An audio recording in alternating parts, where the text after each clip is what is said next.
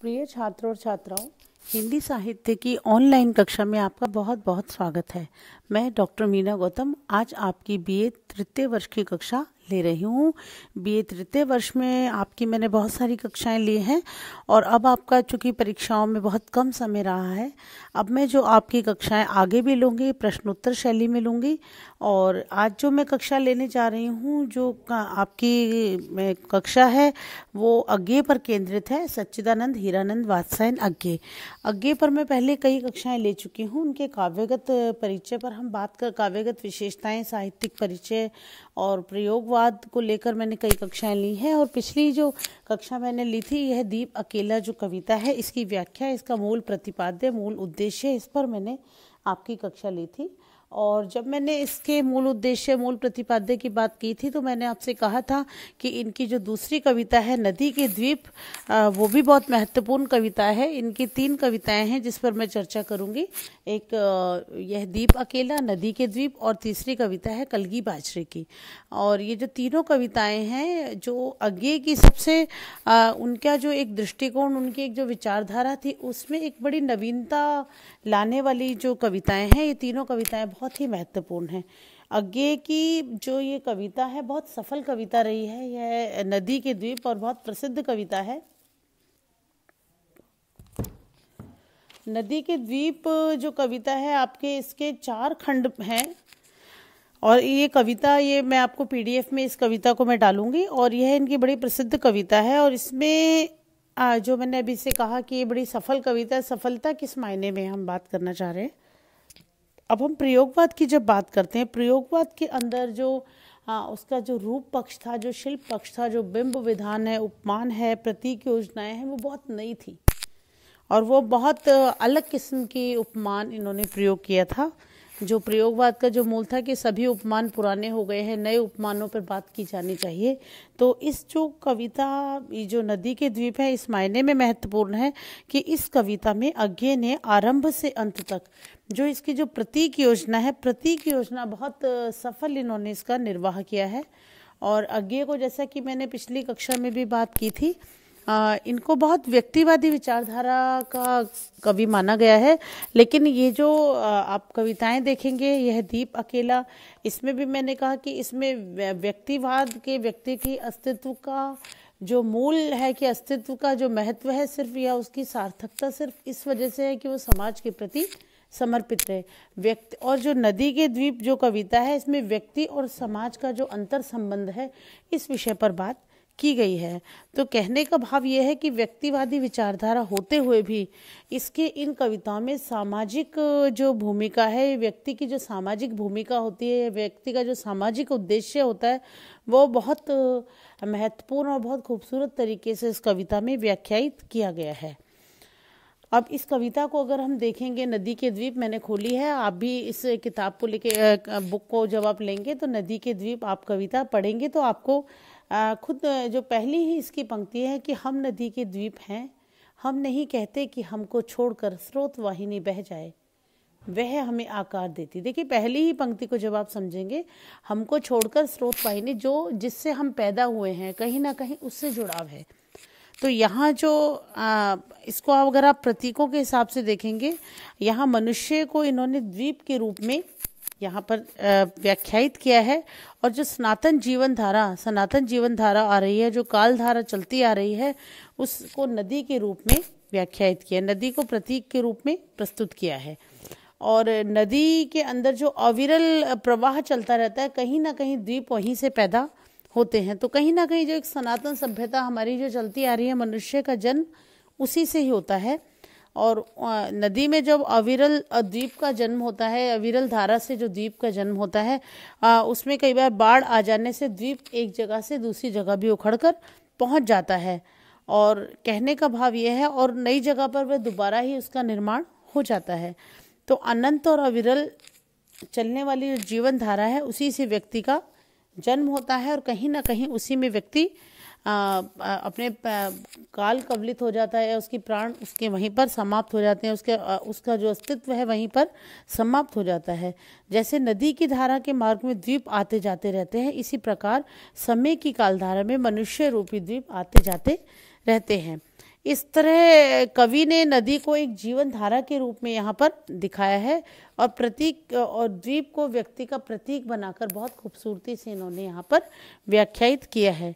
और कोई भी द्वीप नदी के कितने वेग को सहन कर सकता है, उसकी उस धारा के कारण कितने कोण, गलियां, रेतीला किनारे, किस प्रकार के अंतर द्वीप बनते रहते हैं, उसका शरीर किस प्रकार बनना है, कैसे उसका व्यक्तित्व धारण करना है मनुष्य का, यह सब काल की धारा पर ही निर्भर होता है।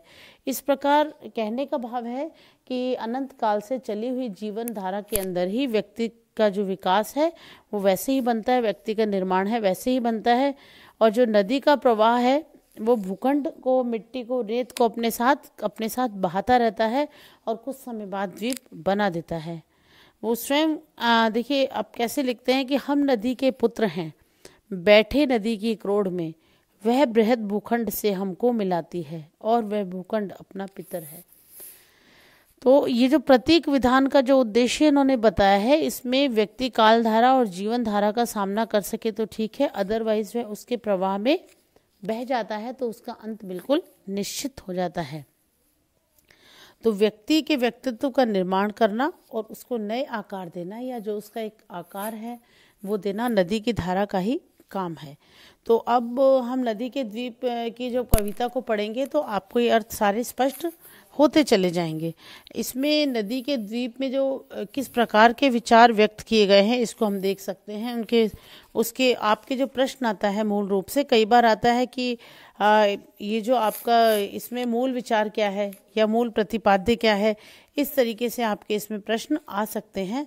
तो हम इसमें जो व्यक्त हैं उन विचारों पर पहली बात करेंगे कि ये जो कविता है इसमें कहीं ना कहीं कवि ने व्यक्ति के व्यक्तित्व और समाज का जो अस्तित्व है उन दोनों को बिल्कुल असंपृक्त बताया है कि ये दोनों बिल्कुल कभी भी अलग नहीं हो सकते, एक दूसरे से जुड़े हैं। व्यक्ति के बिना ना तो समाज का कोई महत्व होता है, ना समाज के बिना व्यक्ति का कोई महत्व होता है।